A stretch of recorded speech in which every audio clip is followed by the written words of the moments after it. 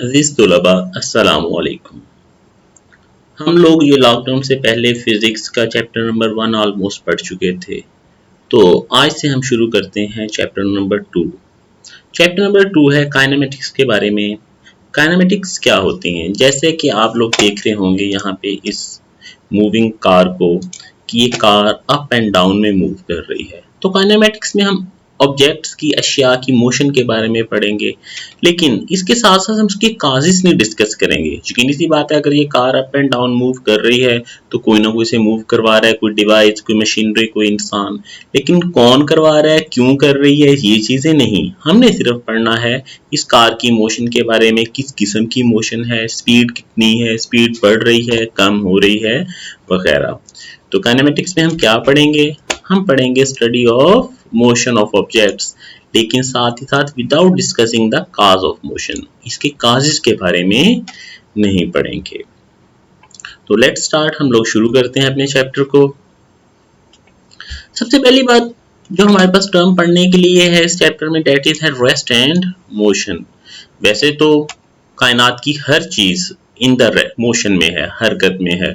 जैसे आप लोग देखते हैं कि जमीन हरकत कर रही है, चांद, तारे, तकरीबन हर चीज हरकत में कर रही है। लेकिन फिर भी यहाँ पे हम इसे किस हवाले से पढ़ने जा रहे हैं? सबसे पहले हमारे पास रेस्ट की बात अगर करें, जैसे कि आपको एक टाइगर नजर आ रहा है, तो ये टाइगर आपको रेस्ट की हालत में नजर आ रहा है, मूवमेंट में नजर आ रहा है? यकीनन आपका जवाब होगा कि रेस्ट की हालत में नजर आ रहा है। इस तरह इस सेकंड डायग्राम को अगर आप गौर से देखें तो इसमें ये आपको हाउस नजर आ रहा है, एक ट्री है, ये लैंप है, ये कुछ स्विंग झूले वगैरह हैं, ये गाड़ी है। अब अगर आपसे पूछा जाए कि कौन कौन सी चीजें रेस्ट में है, तो आप यकीनन कहेंगे जनाब ये भी रेस्ट में है, ये भी रेस्ट में है, ये भी रेस्ट में है। अगर आपसे पूछा जाए मूवमेंट में कौन सी है, तो आप ये कहेंगे मूवमेंट में है, आप कहेंगे ये स्विंग्स दरमियान में से मूवमेंट में है। तो कैसे पता चला कि कौन सी चीजें रेस्ट में हो सकती हैं, कौन सी चीजें मूवमेंट में है, मोशन में है? तो आप इस तरह से एज्यूम करते हैं कि आप देखते हैं कि जनाब ये जो दरख्त है ये इसके राइट साइड पे है और तकरीबन 2 मीटर के फासले पे है। अगर आप इसे एक आध घंटे बाद देखें तब भी ये राइट पे 2 मीटर के ही फासले पे, यानी सराउंडिंग के लिहाज से जगह तब्दील नहीं कर रहा, तो हम कहेंगे ये रेस्ट में है। ये सराउंडिंग के लिहाज से जगह तब्दील नहीं कर रहा, हम कहेंगे रेस्ट में है। ये स्विंग्स कभी आगे की तरफ आएंगी, कभी पीछे जाएंगी, तो सराउंडिंग के लिहाज से जगह तब्दील करेंगी। कार अभी यहाँ पे है, हो सकता है थोड़ी देर बाद ये पॉइंट 2 पे हो, ये सराउंडिंग के लिहाज से जगह तब्दील कर रही है। तो हर वो ऑब्जेक्ट जो सराउंडिंग के लिहाज से जगह तब्दील कर रहा होगा हम कहेंगे कि वो मोशन में है, और जो सराउंडिंग के लिहाज से अपनी जगह तब्दील नहीं कर रहा तो हम कहेंगे वो है रेस्ट में। तो कब रेस्ट में होगा? Body is said to be at rest कब does not change its position, किसके लिहाज से? with respect to surroundings. तो body is said to be at rest if it does not change its position with respect to its surrounding. Now we discuss motion. When we said a body is in motion, जैसे कि आप देख रहे हैं कि ये vehicle car है, अभी अगर इस ट्री से इतने फासले पे है तो यकीनन थोड़ी देर बाद मूव करते हुए यहाँ पे, थोड़ी देर बाद यहाँ पे, थोड़ी देर बाद इससे भी आगे। तो मतलब सराउंडिंग के लिहाज से ये जो व्हीकल है अपनी जगह तब्दील कर रही है। तो कोई भी बॉडी कब मोशन में होगा? Body is said to be in motion कब? If it change its position, अगर अपनी पोजीशन तब्दील करता है, किसके लिहाज से? अपने इर्द गिर्द के माहौल के लिहाज से। तो a body is said to be in motion if it change its position with respect to surroundings.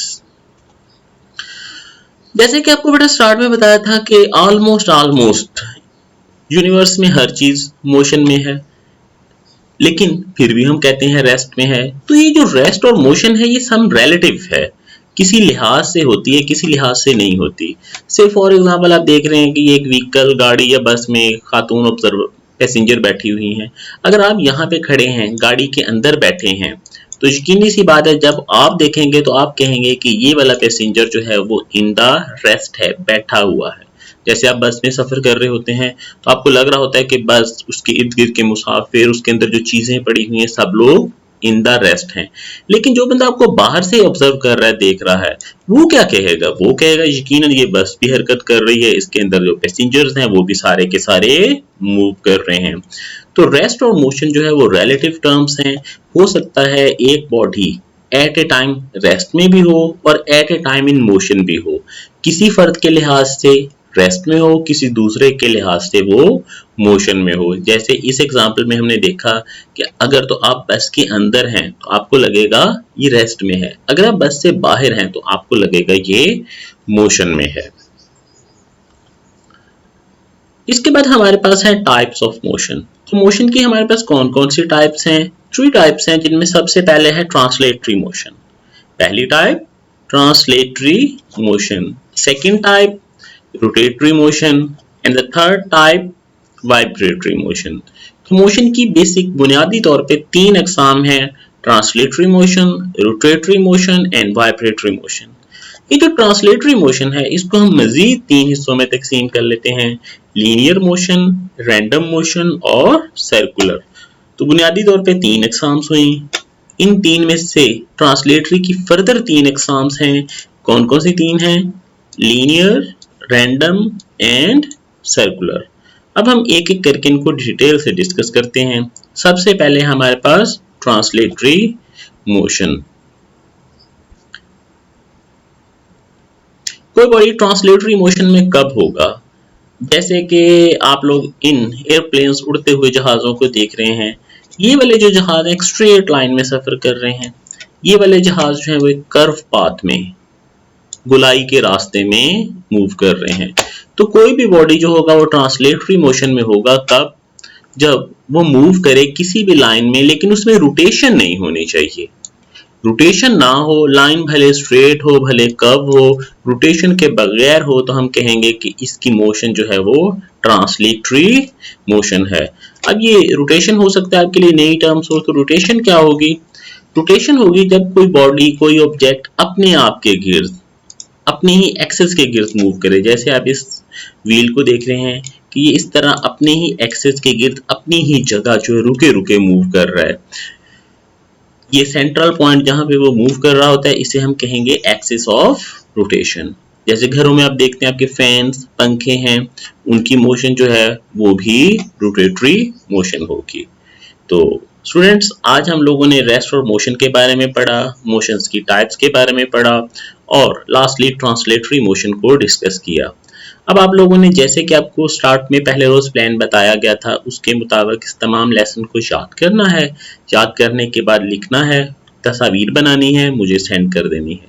और साथ ही साथ आपने इस तमाम के तमाम लेसन्स को जो लिखा हुआ आपके पास होगा अपने पास सेव रखना है वीकेंड तक, और मंडे के रोज एकेडमी में आके सबमिट करवा देना है। अब आप इसे याद कहाँ से करेंगे? आप इसे याद कर लीजिएगा आपकी टेक्स्ट बुक से। टेक्स्ट बुक में आप चैप्टर नंबर 2 ओपन करेंगे। चैप्टर नंबर 2 में से जो उसका पहला पेज है 28 नंबर पेज, इसके लास्ट पैराग्राफ में काइनेमेटिक्स की डेफिनेशन दी हुई है, आप वो याद करें। 29 पेज नेक्स्ट पेज पे कोई बॉडी रेस्ट में कब होगा, मोशन में कब होगा, ये डेफिनेशन। फिर इसके बाद कि कब कोई body at a time rest में भी हो सकता है और मोशन में भी हो सकता है वो। इसके बाद ये टाइप्स ऑफ मोशन के आप नाम याद करेंगे, ट्रांसलेटरी मोशन को डिफाइन और इसकी कुछ एग्जांपल्स। एकेडमी में आपने कैसे प्रिपेयर करना है डे टू डे का लेसन, किस तरह से सबमिट करवाना है, इस हवाले से अगर आपके जहन में किसी भी किस्म की कोई कंफ्यूजन है तो जो फर्स्ट डे में आपको एक वीडियो बना के भेजी थी आप उसे दोबारा ध्यान से सुन लें, ताकि आप लोगों का ये वाला जो काम है, ये जो ऑनलाइन क्लासेस हैं, ज़्यादा से ज़्यादा फ्रूटफुल हो सकें। Thank you. आई होप कि आप लोग अपना काम ध्यान से करते जाएंगे। अल्लाह हाफिज।